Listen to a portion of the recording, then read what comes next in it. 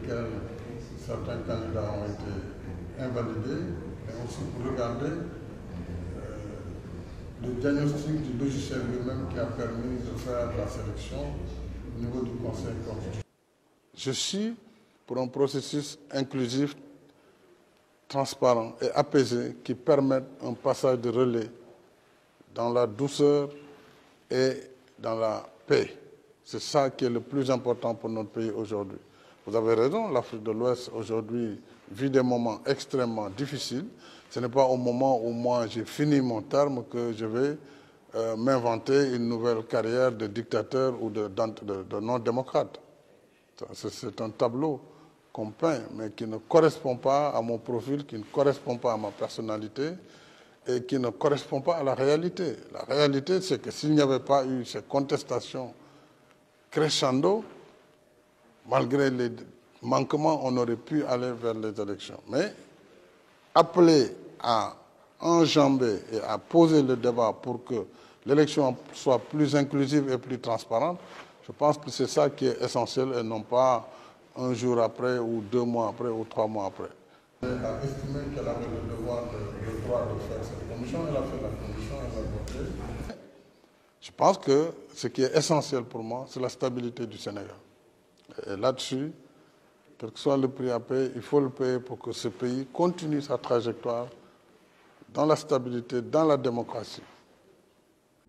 Maintenant, ils ont été éliminés pour cette raison, d'autres vont compétir en faisant la double nationalité. Ils ont introduit une demande. Il est trop tôt pour moi d'apprécier cette perspective, parce que j'ai une réponse très précise, mais comme le Conseil doit statuer, il ne m'appartient pas pendant ce temps du Conseil de donner un avis quelconque. Vous savez, le principe de la séparation des pouvoirs voudrait que chacun reste dans sa sphère et n'interfère pas sur le travail de l'autre. Le président de la République doit être saisi. Il a un délai pour répondre.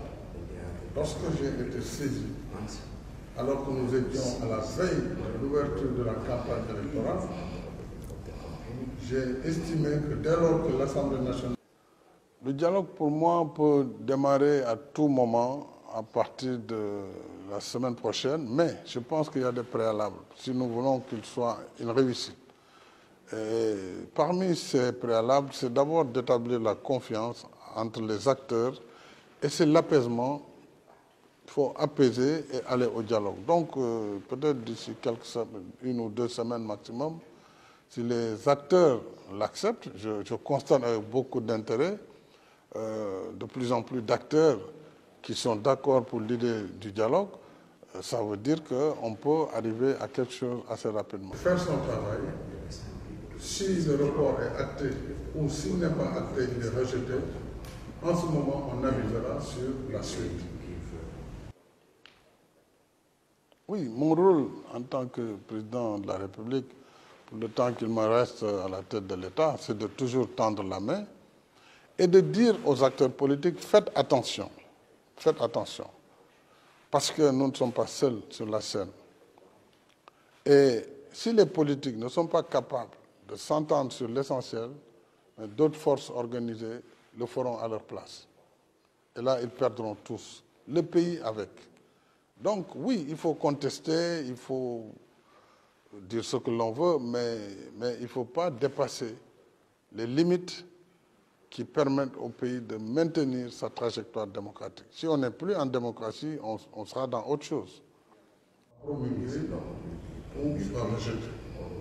voyez que nous sommes dans un temps des institutions.